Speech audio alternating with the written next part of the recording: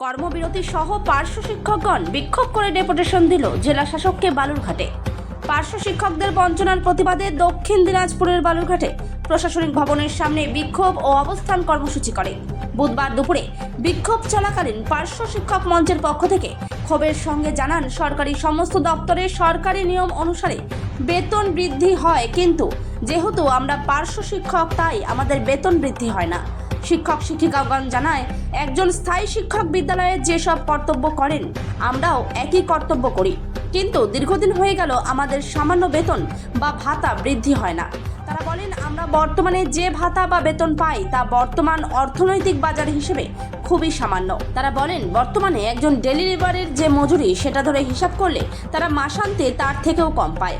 শিক্ষকগণ বলেন, আমাদের স্থায়ী বেতন কাঠামো করতে হবে এবং সম্মানজনক বেতন বৃদ্ধি করতে হবে।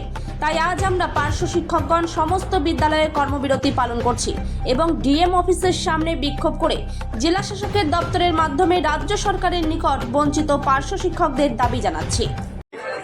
16 এবং 17 এপ্রিল গোটা রাজ্যের বিভিন্ন জেলাতে পার্শ্ব শিক্ষকদের বেতন বৃদ্ধি সহ 1-3-2024 যে সরকারি অর্ডারের বিভিন্ন ডিপার্টমেন্টগুলোকে যে অন্তর্ভুক্ত করে বেতন বৃদ্ধি করা হচ্ছে, সেই ক্ষেত্রে সেই অর্ডারের অন্তর্ভুক্ত করে পার্শ্ব শিক্ষক শিক্ষিকাদের যাতে বেতন বৃদ্ধি ঘটে সেই দাবি সহ বিধানসভায় আইন পাশ করে পার্শ্ব শিক্ষক শিক্ষিকাদের জীবন জীবিকার আরও উন্নতিকরণের দাবি সহ অন্যান্য দাবি নিয়ে গোটা রাজ্য জুড়ে আন্দোলন চলছে। তারই অংশ হিসাবে আজকে 16 এপ্রিল দক্ষিণ দিনাজপুরে বঞ্চিত পার্শ্ব শিক্ষক মঞ্চের ডাকে পার্শ্ব শিক্ষকদের অবস্থান চলবে এবং ডিএম এর নিকট ডেপুটেশন প্রদান করা হবে। আপনাদের মূল দাবিগুলো কি কি? আমাদের মূল দাবি অবিলম্বে পার্শ্ব শিক্ষক শিক্ষিকাদের বেতন বৃদ্ধি এবং বিধানসভায় আইন পাশ করে পার্শ্ব শিক্ষক শিক্ষিকাদের স্থায়ীকরণ সহ অন্যান্য সুযোগ সুবিধা চালু করা।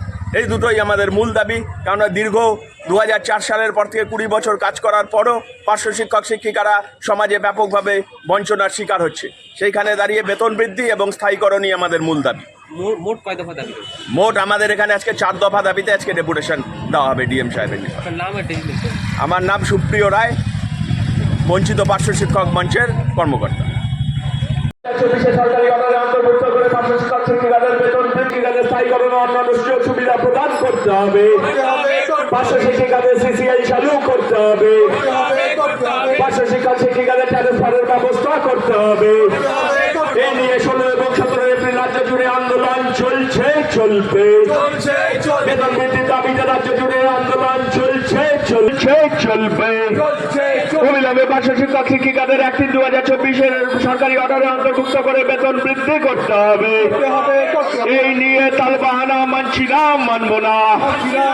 এই নিয়ে